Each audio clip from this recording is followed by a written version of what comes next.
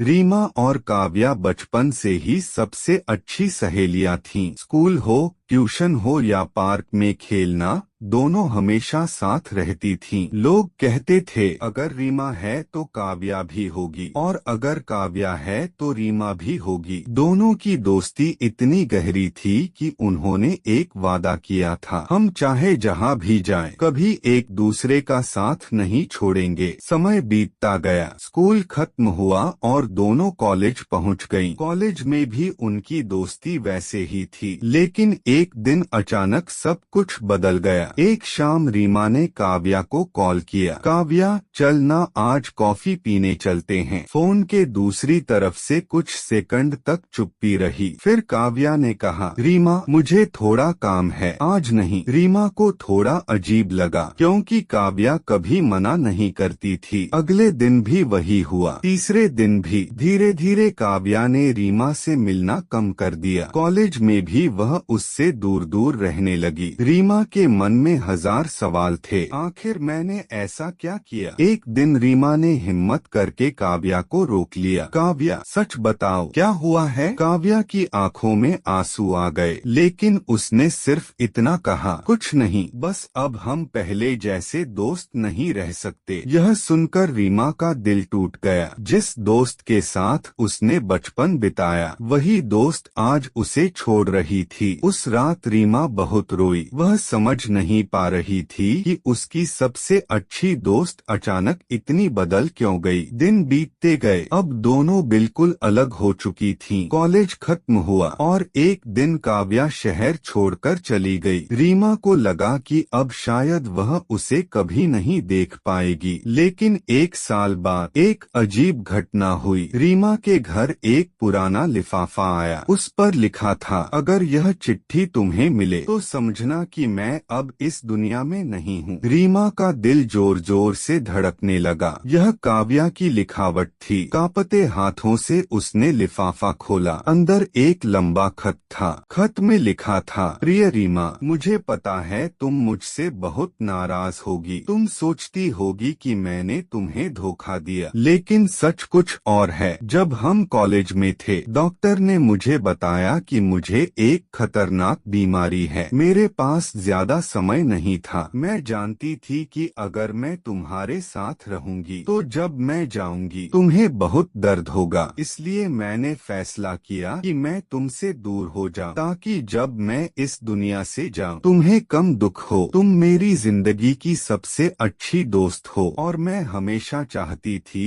कि तुम खुश रहो। अगर यह खत तुम पढ़ रही हो तो शायद मैं अब इस दुनिया में नहीं हूँ, लेकिन याद रखना तुम्हारी एक दोस्त कहीं न कहीं हमेशा तुम्हारे साथ है। खत पढ़ते पढ़ते रीमा की आंखों से आंसू रुक ही नहीं रहे थे। उसे आज सच पता चला था, काव्या ने उसे छोड़ा नहीं था, वह बस उसे दर्द से बचा रही थी। रीमा ने आसमान की तरफ देखा और धीरे से कहा, पागल, दोस्ती ऐसे नहीं छोड़ते। लेकिन धन्यवाद मुझे इतना प्यार करने के लिए। और उस दिन रीमा को समझ आया, सच्ची दोस्ती कभी खत्म नहीं होती, वह बस यादों में बदल जाती है। अगर आपको यह कहानी प्रेरणादायक लगे तो वीडियो को जरूर शेयर करें। हर कहानी में छुपा है एक सबक। जुड़िए कृष्णवेर्स एआई के साथ।